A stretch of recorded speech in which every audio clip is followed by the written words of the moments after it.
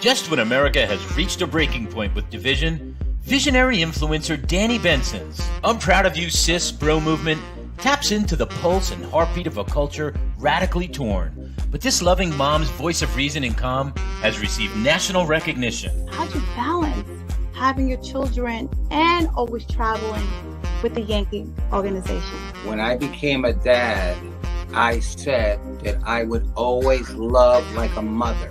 I feel like I have to try certain things or act a different way because I know some people or some kids. So join Danni Benson as she celebrates her special guests on her show and highlights their gifts and contributions to our world.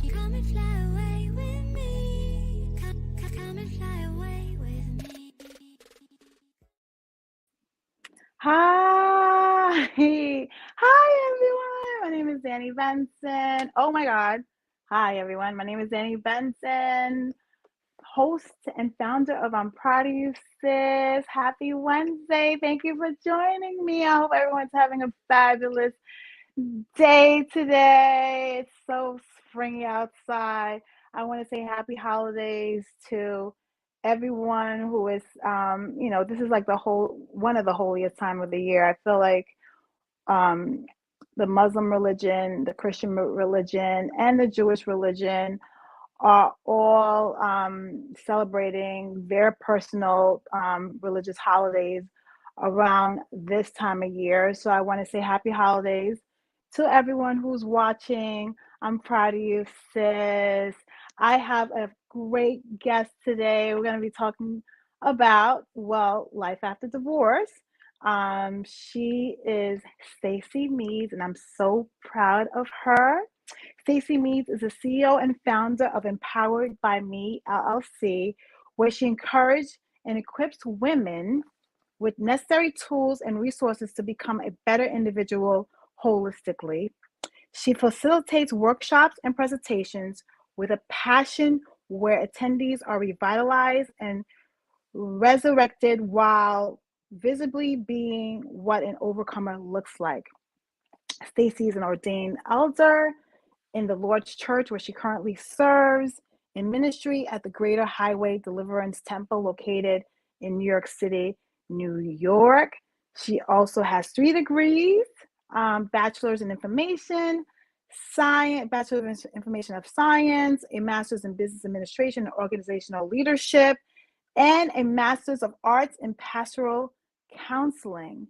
So I am so happy to have Miss Meads to the show to talk about life after divorce. Hi, Stacey. How are you? Hi, Stacey. Can you hear me? Can you hear me? No, you can't hear me? Hi, Stacey. Can you hear me? You know what? Go back out and come back in again. Okay, she can't hear me. So how you guys doing today? I hope you guys are having a great day. I'm excited because, I don't know, it's spring break next week. So I get a break from, doing this homework, mom, chucking and jiving, going back to school and activities. I get to have like a little mini vacation while the kids get to relax, so this is why I look so fresh, because I don't know. I'm excited. Next week is spring break. Yay! Hey, Stacey. Yes, we're here. Yay! Stacey is here. I hope you heard how much I am so proud of you. Last week, Stacey had a live Facebook speaking about different points. She has like about 8 points of life after divorce. And I was so moved by this Facebook Live last week when I joined in, that I wanted her to come to the show, and she accepted. So I first want to say, Stacey, I am extremely proud of you, sis. Thank you for having me. I know how hard it is to be vulnerable to basically the world, because you don't even know who you're speaking to. But you sharing your experiences of life after divorce, let me tell you something, has helped probably so many people that was listening to you. And I wanted you to come to the show so you can talk about those points with me and with my audience. So welcome, Miss Stacey Meads. I'm Sure. proud of you, sis. Hi. So let's go. Okay, so you're officially divorced now, Yeah. or okay. So how does that make you feel before we start talking about the different points of life Sure. after divorce? So, I mean, now I'm a lot more accepting, not as, aggressive or angry or bitter as some people are in the beginning of their divorce. Just because, like, as I mentioned in those points, you go through those different stages of grief, right? So you go Yes. through different phases. Some days you're up, some days you're down, but I'm thankful to God that I'm actually at a state where I'm okay and I have accepted it for what it's worth, and I'm just moving on. But I want to be able to help somebody else who may be in the middle of transition, or someone who's going through it right now, or, someone who's been divorced for years and still needs some help. So what advice do you have life after divorce? My biggest advice is that you can live again. And that's important to know, because sometimes when you're going through a divorce, you don't think you're going to be able to see the next second, the next minute, the next hour, the next day, the next week, the next month.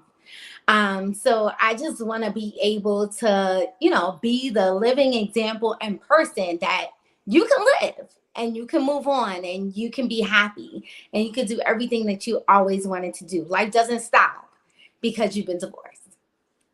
But it does feel like it's a loss, right? Sometimes divorce, or in the process of divorcing, it does feel that you lost somebody. Like it feels Yes, like a death. definitely.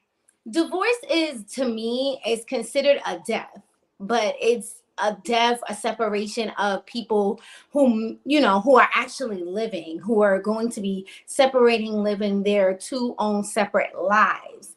And that's a process. When you love someone, when you've honored that person, when you spent a lot of time with that person, and then that relationship just ends, it could be very detrimental to your soul. It could be very detrimental to everything that you do.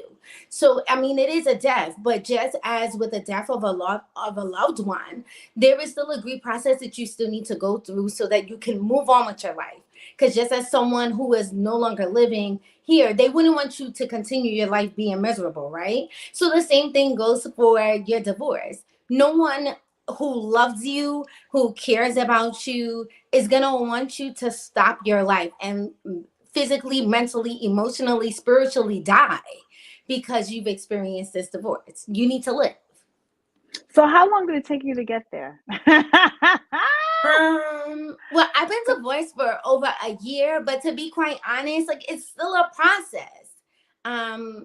Just as with grieving of a lost loved one, some days you're good and some days you're not. And then something happens and, you may be triggered where you'll remember when you were divorced, the goods, the good times, the bad times, whatever those memories may be. But you still have to sit in it and get your expressions out to feel what you feel, and that's totally okay. But again, you can't stay there, so it's you're a continuous process. you're right, because if you stay there, life still keeps going. Time doesn't stop. And all you're doing is wasting your I don't know where your earpods came from. All you keep doing is wasting your precious time on earth, where you can move on to find out what's next for you in life. Right. Because everything does happen for a reason, and they say people are in your life for, what is it, a A season, reason, a a season, reason, and a and a lifetime. lifetime. So try to dig in to find out whether that person fall, and not to have any regrets. I tell people, because when you regret one thing, then your whole life changes. Because if one thing didn't happen, then it's like a domino effect. Then this couldn't have happened, that couldn't have happened.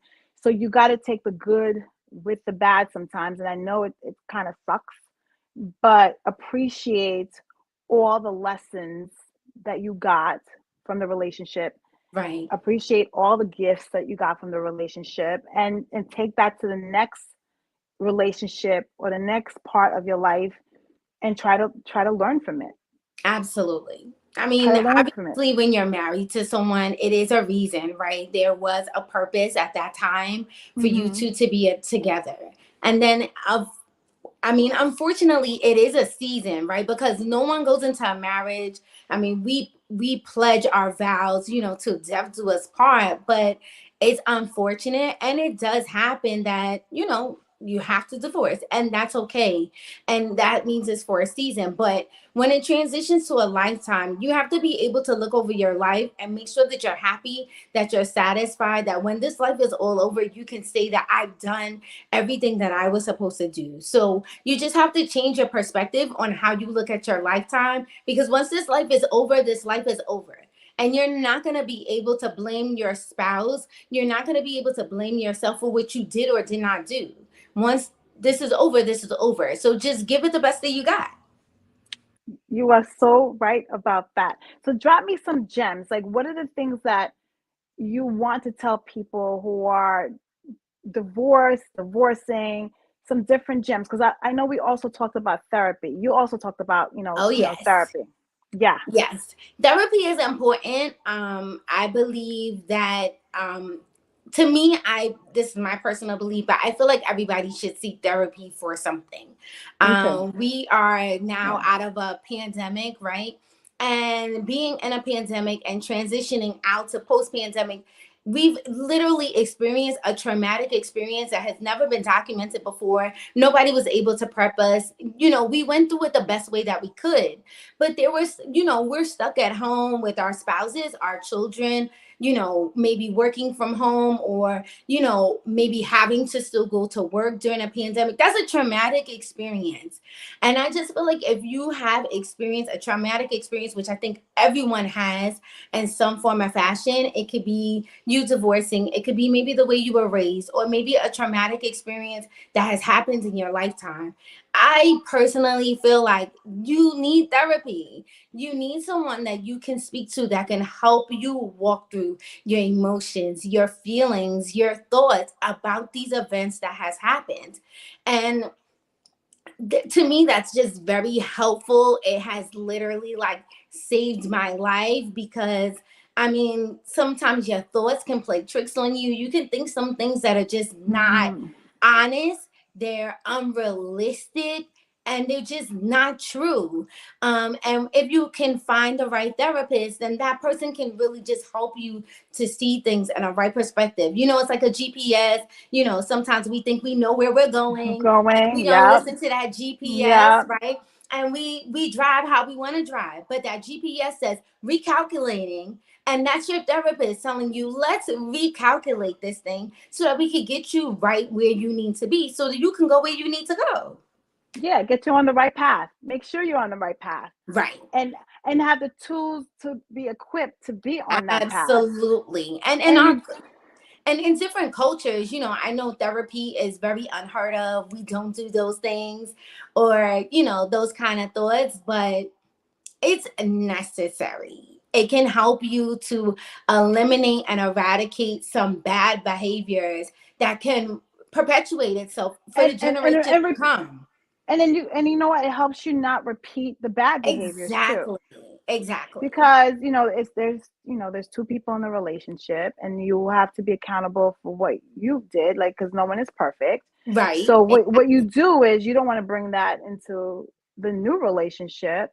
So Right. you gotta go and get an assessment, I Yeah, call you it, need a self-evaluation, because some things that you might have thought that you liked or didn't like in that marriage, it could be because of your spouse, maybe because you were, you know, submitted to your spouse, that those things that they liked became what you liked or didn't like, or it could just be that's just not what you like as an individual. So it's almost like God's way of allowing you to start all over again, right? And to figure some things out, so that in your next journey, wherever that may be, even if it's just the rest of your life as single or moving on to marrying someone else, you know who you are, what you bring to the table before you even get there. So if someone tries to come to you and offer you something that you know you don't like, you're not even wasting your yeah, time, because you know because what you like and what you don't like.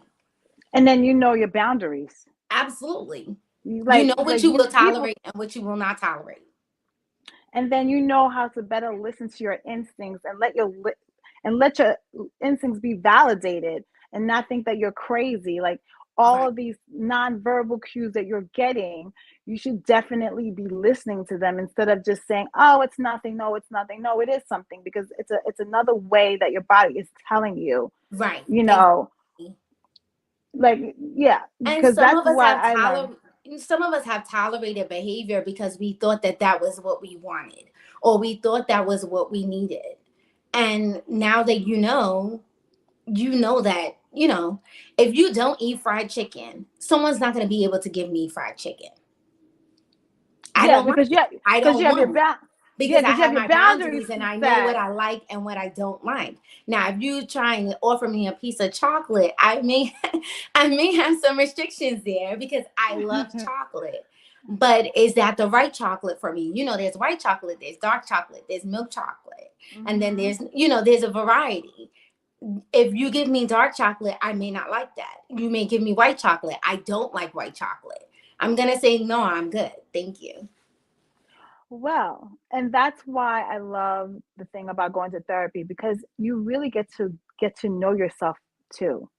Like, I really feel that everyone should be married to themselves first. Get to know who you are. You Absolutely. you got to know who you are, because sometimes when you're in a relationship, you lose yourself, and because you want to make the other person happy, you sometimes become what the other person wants, and it's Right. not really what you want. Right.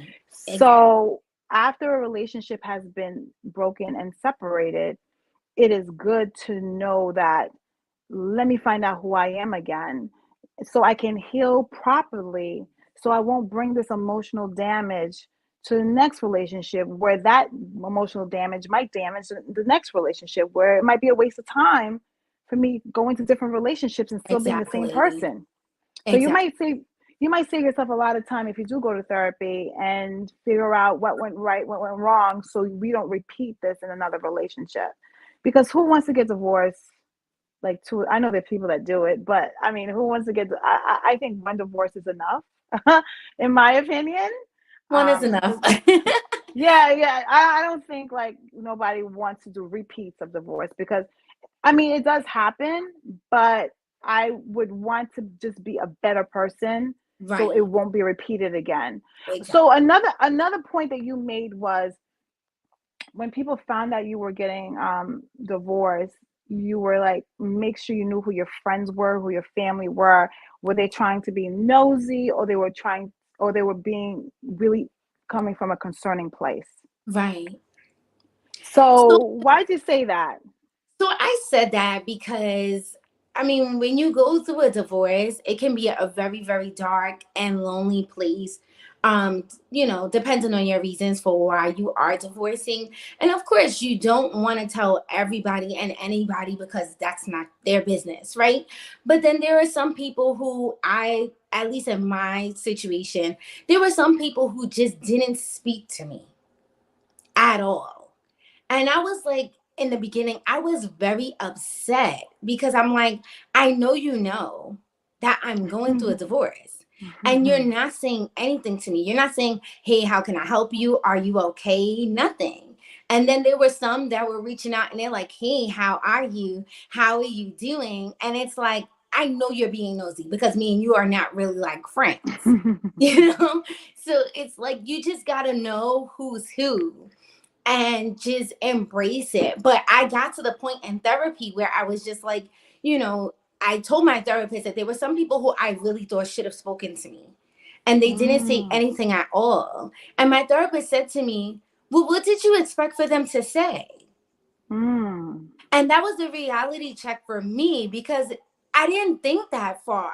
So I'm like, I really don't know what I think they should say, like I Well, just felt did you like want them to check in? Just at least check I in just and really say, "Are just you wanted them to like okay?" check in, like, how are you? How are things going? Is there anything that I can do, to help you through this process, through this transition? I mean, sometimes it's just a check in. Hey, how you doing? Maybe it could be prayer. Maybe it could be, calling me on my phone, taking me out to eat, just making sure I'm not depressed, I mean, just like a welfare check-in in some form of fashion. And it wasn't done at all. And when I got to that point when my therapist was like, well, what do you expect for them to say? Then I was just like, well, would I rather them not say anything at all than to say something that's going to make me upset? I think I would rather you just not say nothing. Really? I mean, because if you say something that I don't like, then I'm going to be upset. Then I'm going to be angry. Then I may say something to you that I can't take back in anger because you know what I'm saying? You may like increase my emotions. Now I'm hostile.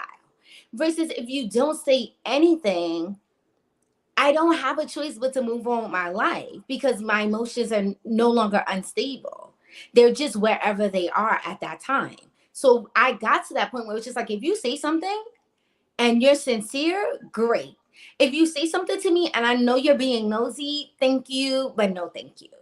But if you don't say anything to me at all, it's okay because maybe you don't know what to say. Like, I did my live last week and there were some people who literally reached out to me and was like, I saw your status change. I saw the name change, but I didn't say anything because I didn't know what to say. Wow. Can you blame somebody for not knowing what to say? No, you can't blame them. You can't blame them, but I think that they can call out just to check in. Hey, I'm just calling to make sure you're okay. Because a lot of times, you do feel lonely. You do feel like people don't understand. You do feel ashamed. You do feel like a failure. You do feel like, wait, I wanted to do this. I wanted to do this forever, and why isn't this forever? So there's a lot of like, sometimes I feel like it's like a scarlet letter. The scarlet letter represented adultery. I feel like, it's like, it's unfortunate. Like, am I? I'm laughing, but I'm thinking in my mind, like in the beginning, when I used to have my therapy sessions, it was like, you literally feel like you have a sign on your head that says like, I'm getting a divorce or like, I am divorced, but nobody sees that but you. Yeah, because nobody sees that because nobody, nobody knows what that looks like for you. Divorce looks different to everybody. You just have to know how to speak to, how to approach those who are going through that situation. Some people don't need anything at all. No, and you're right. People just want a hello. Some people need more. So, it really just all depends. Yeah, it all depends. So what other gems that you have, that the people out here are going through a divorce or after divorce that they should do, just to get their life back on track? For me, it was really, I think one of the gems that I had given was, depression will not be your portion. Because the divorce can be like I said before, can be a very dark place. And of course, when you're going through, some people shut in, they don't want to talk to nobody. They don't want to be around anybody. They don't, they don't know how to deal. They don't have good coping or positive coping mechanisms, right? So for me, it's like, I wanted to encourage somebody to like get out, find your intimate circle, somebody who you can just be honest with outside of, therapy. Like if you have a pastor, speak to your pastor, speak to your, your close friends. Like I had my mom was like literally like my rock because she saw me like at my worst moments. She never judged me. She really just wanted to know, how could she help me? How could she support me throughout this whole entire process? Whatever it is, she was willing to do that. And I had some close friends where I can literally just share my intimate feelings. Like, sometimes your feelings can be very raw. It's like a bruise, that just happened. And, sometimes you see the little scrape and, you don't think it's that bad. But then the air touches it over time. And it's like, ow, that really hurts. Like, Yeah. how did I do that? How do I heal that? What do I need to do? And those are the people who you talk to until you get to that point where you can literally touch that scab and it doesn't hurt anymore. Yeah, you do need to find your tribe because you do need someone to just, talk it out because, therapy is expensive. They only give you 45 minutes. So you do need other people who are willing to just sit and listen and just be supportive. You don't need the whole world to know everything that's going on, but you just need you can count them in the hand of your fingers. Exactly. Just a small crew, but enough where you don't feel like you're in this literally alone in every step and every process of this. You don't. If someone here is watching, you don't have to do this alone. You don't. So let me ask you a question. Are you dating right now, or are you just still in the mode of just liking to be single and just by yourself? I am open to dating, but in all honesty, I would rather just work on myself right now. Like, I'm enjoying spending time with me, loving on me, doing what I want to do when I want to do it, still discovering me, I remember to be quite honest, I remember being married and not wanting flowers or not really liking gifts or even being mushy for that matter.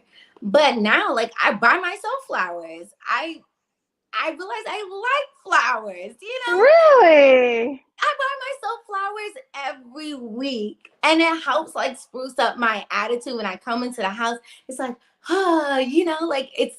it's my peace, it's my home. And so what do you think the transition was? Was it the relationship that made you not like the flowers, or you are older and more mature and I didn't think I really liked flowers. I can't really explain it. Roses are nice. I don't roses are okay, but I like lilies and sunflowers. Sunflowers is my big thing right now. So anything with sunflowers, I'm buying it.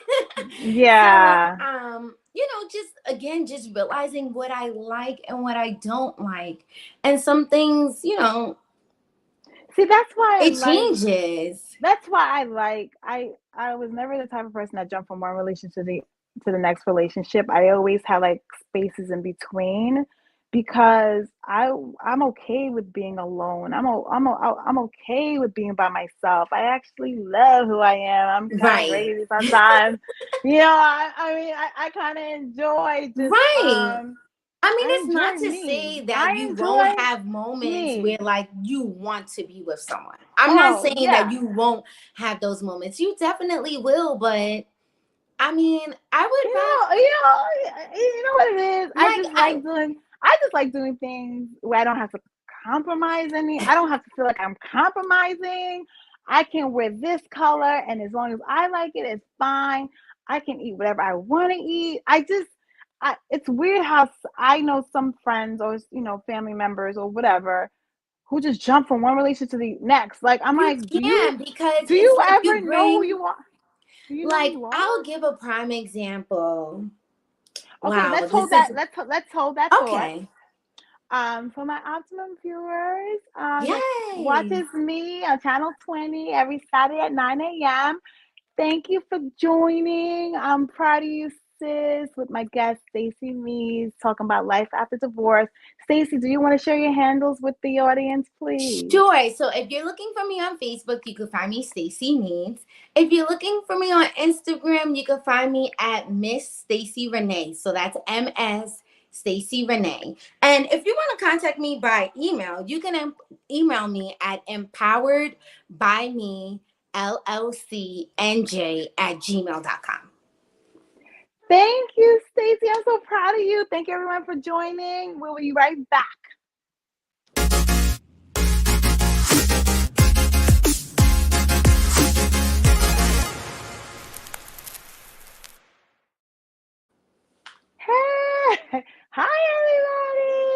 I am here with Miss Stacey Meads, CEO founder of Empowered by Me LLC. We're talking about life after divorce. So what were we just talking about? Like, oh, the thing about being alone. Like, I like being Yes. alone. So one of the biggest demonstrations that I've seen, I actually saw it at a women's conference, and it has stuck with me. And this person took two pieces of paper, right? And they put glue on it, like in the center of the paper, and stuck the two pieces together. So obviously, when you separate it apart, there are pieces of that other piece of paper that's there. And it's like, as you keep separating it and pulling it back, you're getting bits and pieces. And it's like, wouldn't you rather like go into the next relationship with a blank piece of paper than the other pieces from the other side? Because as you're and commingling and dating other people, you're grabbing bits and pieces of them. And a part of them becomes you. Then you start liking what they like, what they don't like, eating what they want to eat, going out and doing things that they like to do. But then you don't know exactly like who you are as an individual. Like when I go into my next relationship, I want to be able to go into that new relationship with this clean piece of paper. Like, this is me. No, no additives, no preservatives, no nothing, like no chemicals, like our fruits and vegetables, like it's been pasteurized. Like, this is the real deal. This is me. And if you love me, love me. And if you don't, that's okay. But don't waste my time, because nobody has time. An example that I used in my life was, life is not a DVR. We can't rewind, we can't replay, we can't fast forward. Once this life is over, it's like old school TV. When the show came on at 7 and went off at 8, the show was over. You couldn't watch it again. I know. And you would like wait to see if they were going to repeat it again. Back then it didn't replay. Yeah. It's not like now where, if the special comes on at 7, you may be able to like watch it late at night, or, some episodes, you can watch it maybe like the week after, the hour before the new episode comes in. But once this life is over, that's it. Well, that's how I feel. That's why I know people say life is short, but I know life is short because the older I'm getting, it's a guarantee that my life has shortened. Right? Even if nothing ever happens to me and I die naturally, I know that my time is getting shorter and shorter and shorter. Right. So the beauty of I feel getting older is you don't have time for the I don't know. It's like, are we doing this or we're not? If we're not doing this, let me move on. Because my time, I'm not 7 where I say I have the rest of my life, or maybe in my 20s when I used to be like in 10-year relationships. You think you have forever? You think you have forever in your 20s? Yeah, like 10. Now I'm at a time where we're both adults. You either like it or you don't like it, and if you don't like it, we're cool. And it's time to go to the next adventure. As you're getting older, you're maturing. So you're finding it's like self-discovery. Self-discovery is a continuous process. And every day you should be learning something, just like every day you should be learning something new about yourself. The key thing is that in this lifetime with the next person, you want to be able to find a person that you can grow with and learn with together. Because as you're changing, right? As you're learning, as you're maturing, you want to be with someone who's going to love you as you grow, love you as you mature, love you as you find out, what your real calling is in life and really walk in that thing. Like, that's what you're looking for. I mean, in your 20s, we think we have forever. But as we get older, it's like, it's a level of maturity. You stop lying to yourself. You really start feeling like, some of us, we go on dates and you can see a guy a mile away trying to talk to you and you're like, absolutely not. Exit stage left.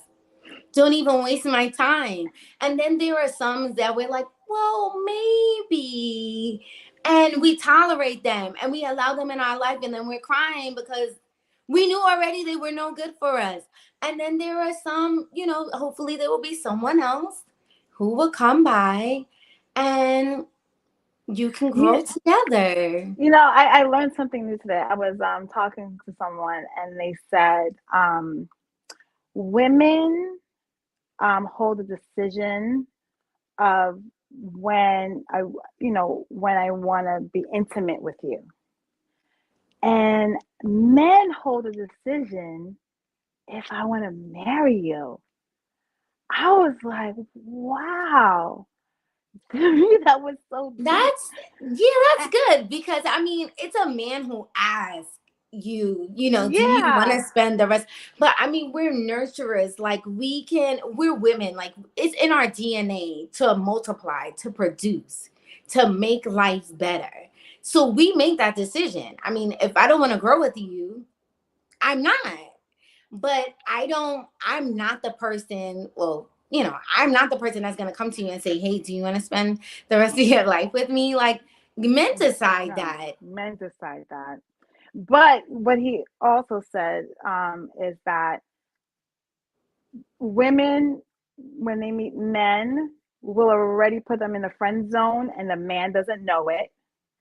And men, when they meet women, will put them in the sex zone and they'll never know it. Meaning like sex zone, meaning like we're not gonna get married.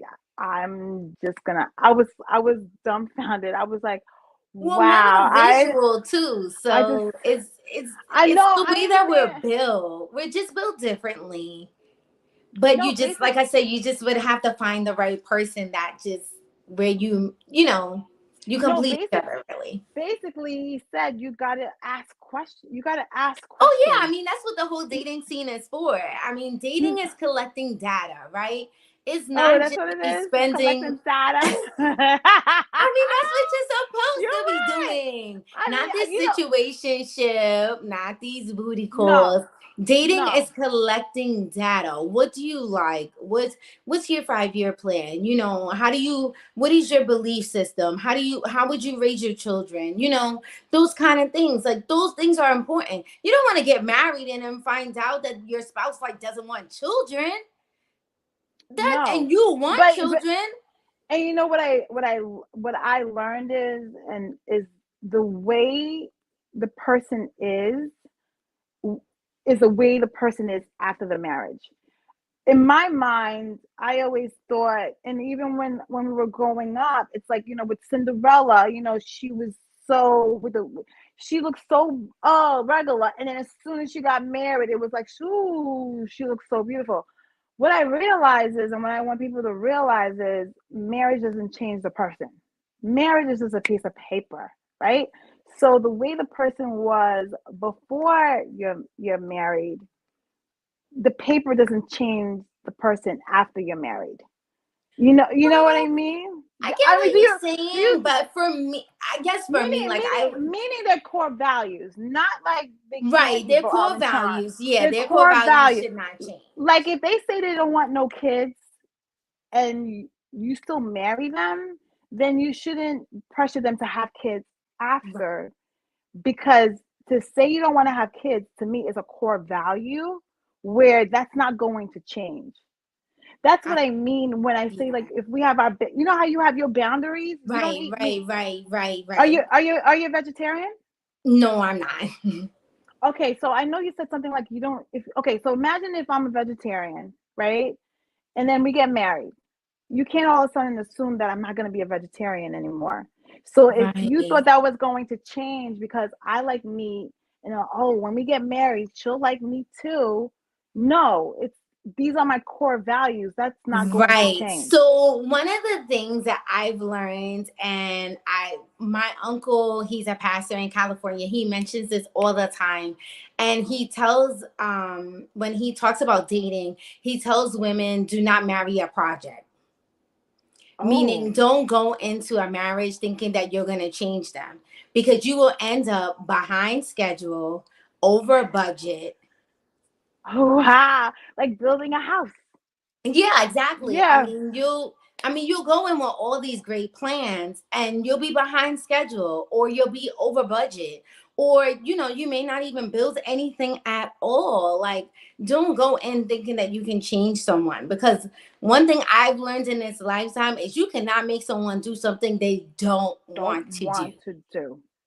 You cannot. It doesn't matter what kind of pressure you think you can put on them. I mean, you may think you got some good loving, a nice package, but, and I'm not saying you don't, but it's not gonna make a man change his mind. Just No, you're like, right. someone's not gonna be able to change your mind. You're gonna do what you want to do, how you want to do it. And No, once you're you right. understand that that's who they are, you can't change them. You end up over budget and behind schedule.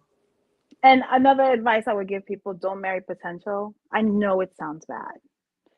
It works maybe in your 20s potential, because everyone is trying to get to where they're at. But I think the later on, like 30s and 40s, I personally feel that people do have dreams and aspirations. I'm not going to give a timestamp on it, but I feel that you have to have other reasons why you're marrying that person. Right. Not You have to go into a marriage based off of what is presented to you at to that time. you at that Because time. you have to Yes. take into consideration that things may change, things may not. Yeah. And And that's what I if it mean by never changes, yeah. are you going to be okay with living your life like that for And the that's what I mean. rest of your life? And that's That's what I something that you have mean. to consider. Yeah, Yeah. you can't go into a marriage Potential. solely based on Because potential. No, because potential changes all the time. So that's what I'm saying. And that, I think that's why sometimes the divorce rate is so high, because we have this hope of potential, right? But potential doesn't mean a guarantee. It just means potential. It just means where it could be, but it doesn't say this is going to be, right? So that when you person get has to be willing to do the work to get it done. no, you're right. But sometimes because it's potential, you're not there yet, doesn't mean that's what's Right. going to happen. That's true. That's why I say you have to find other things that you are in love with the person, and it can't just be like, well, he has the potential to be this, he has the potential to be that, because I don't want no one to be disappointed if that potential doesn't pan out. Right. Because I really don't want the divorce rate to be how high it is. It just seems like people are getting divorced left and right. I tell people all the time, the marriage is hard. Would you agree? Marriage is work. It's And work. both parties have to be willing to invest and do the work. One And person can't do it alone.